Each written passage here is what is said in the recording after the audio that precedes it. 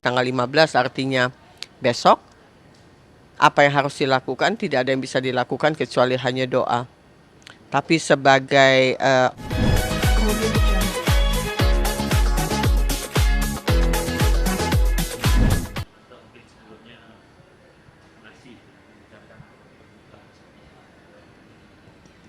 terima kasih. Hmm, hmm. Ya,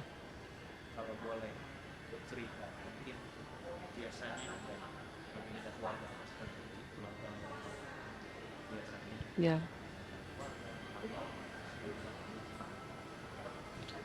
Kalau ngomong soal kakak saya, sepertinya hati saya masih selalu masih hancur gitu ya rasanya. Tapi ya hidup harus tetap berjalan dan kalau misalnya dilihat bahwa ulang tahun Ica itu jatuhnya di tanggal 15 artinya besok, apa yang harus dilakukan? Tidak ada yang bisa dilakukan kecuali hanya doa.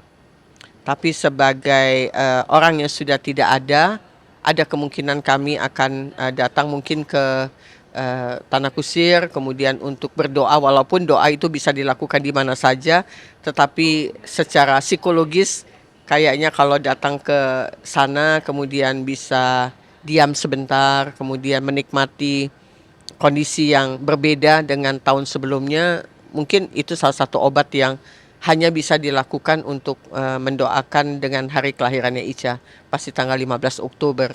Ke 62 tahun, dia nggak sampai. Dia selesai di 61 ya, kayak begitu. Ya, kalau untuk ziarah rencana memang besok setelah urusan pekerjaan yang sudah selesai, pasti saya akan ke sana, pasti akan ngobrol berdua dengan kakak saya, bawa bunga, mungkin bunga lili. Dia tuh suka bunga lili putih, karena bunga lili putih itu kan wangi ya. Jadi mau taruh aja di batu nisannya.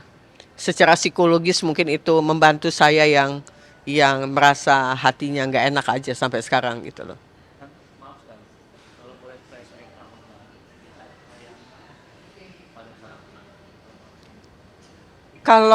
Kalau yang saya tahu sih keluarga dari Ikang kalau merayakan bertambahnya usia itu standar seperti keluarga biasa, makan, kemudian ngumpul keluarga, mungkin di satu tempat, kayak begitu aja, tiup lilin, standar seperti layaknya orang pada umumnya. Tapi dengan kali ini ya mungkin ada rasa kehilangan, terutama untuk pasangannya Ikang yang bisa merasakan ada dan tidak ada, itu kan sesuatu yang harus dia hadapin kenyataannya sekarang gitu.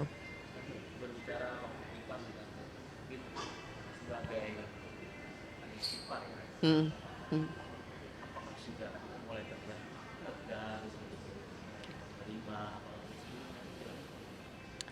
Ikang dan Ica itu pasangan idola masyarakat.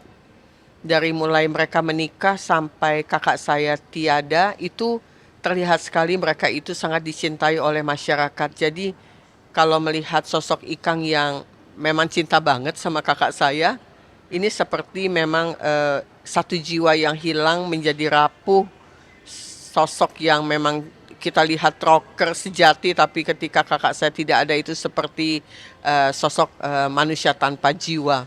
Tapi ya saya pikir itu yang memang terjadi pada kakak ipar saya. Tapi saya rasa mungkin dengan dukungan adik-adik, anak-anak, kemudian dia tetap harus disupport dengan pekerjaannya, dan beberapa hari yang lalu juga Ikang terikat kontrak dengan beberapa acara yang dia harus hadir.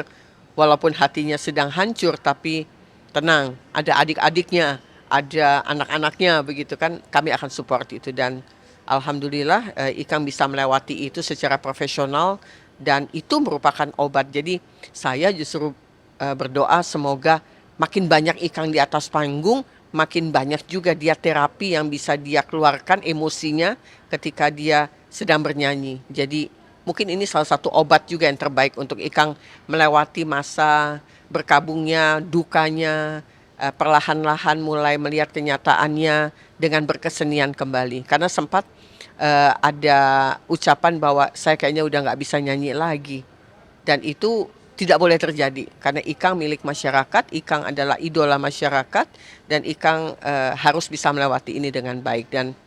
Dan alhamdulillahnya itu terjadi kemarin, terlihatlah sudah mulai untuk bisa tampil profesional di hadapan masyarakat. Beberapa hari setelah pergian almarhum, Pak Cahaya sempat posting captionnya di Ah, uh-uh. Oh, nanti saya nangis, jangan dong. sedikit aja kan. Itu salah satu bentuk empati tanpa cerita tinggi. Nanyanya begitu sih, jangan nanya yang macam-macam. Em, Salah satu obat yang bisa saya lakukan adalah ngobrol dari hati ke hati atau deep talk. Saya bicara sama Ikang sebagai kakak ipar. Apa yang dia rasakan, saya hanya taruh badan, berusaha menjadi pendengar tanpa memasukkan banyak kalimat, hanya memberikan gambaran-gambaran aja bagaimana kejadian sama Ikang atau mereka menjalankan perkawinan, cerita-cerita yang indah bagaimana. Ada hal-hal yang tadinya saya tidak tahu, terus Ikang menceritakan beberapa hal yang apa yang mereka simpan selama ini. Jadi betul-betul pembicaraan itu selama 2 jam nonstop antara saya dengan Ikang membuat saya semakin sayang dengan kakak ipar saya, semakin ingin menjaga kedua anak-anaknya. Semoga semua baik-baik saja gitu. Terlihat begitu dekatnya jika ada kegiatan akhir tahun ini. Memang sebagai kakak cukup terlihat beberapa postingan terlihat hampir Ya, ya, kemarin ya, dan juga datang bersama anak ya. ya, ya. Saya berjanji kepada Ikang bahwa saya akan sesering mungkin untuk mendekatkan secara fisik maupun emosional maupun secara apa ya, proses kehidupannya kepada kedua anak-anaknya. Jadi apa yang bisa membuat mereka menjadi kembali normal dengan rutinitas, saya coba untuk mendekatinya. Baik untuk Bella dengan kegiatannya maupun dengan Kiki ataupun dengan kegiatannya Ikang gitu. Dan saya semakin yakin bahwa Ica pernah ngomong gitu ya kepada teman kecilnya yang kebetulan hari ini berkumpul untuk bisa menghibur saya. Dia pernah mengatakan bahwa iya ya, kematian itu mengumpulkan kembali orang-orang yang masih hidup. Jadi mungkin ini kayak semacam kenyataan yang harus dihadapi, memang betul dengan dia tidak ada. Justru kami semakin guyup, semakin sering bertemu, semakin banyak menyentuh, semakin banyak untuk bicara kepada keponakan-keponakan saya. Ya semoga itu menjadi hal yang menyenangkan juga untuk Ica melihat bahwa semakin kompak, semakin kuat kami sebagai keluarga. Akan terus mendampingi kedua anak. Oh ya ya ya, itu pasti. Saya sebagai wakil keluarga Ellen Hak, sekarang hierarkinya turun kepada saya sebagai anak kedua. Jadi saya yang harus lebih memandu ini semua agar bisa berjalan semakin kokoh lagi untuk kedepannya. Karena itu tugas saya sebagai anak kedua yang menjadi anak pertamanya lagi begitu. 3 menjadi 2. Jadi saya pikir dengan 2 saudara, dengan keluarganya, saya pikir ini bisa menjadi lebih solid lagi. Terlihat posting ikut main panah juga. Iya. Kiki itu punya kegiatan dengan kelompok tertentu. Jadi dia senam berkuda sambil memanah. Apa ya nama istilah olahraganya saya tidak tahu. Tapi dia mengajak. Kemarin kebetulan saya lagi menengok Ikang dengan Eki. Kemudian Kiki lagi ada dengan kelompok itu. Terus dia mengajak, ayo mama ayah ikut manah sama Kiki. Aduh susah nggak sih gitu kan.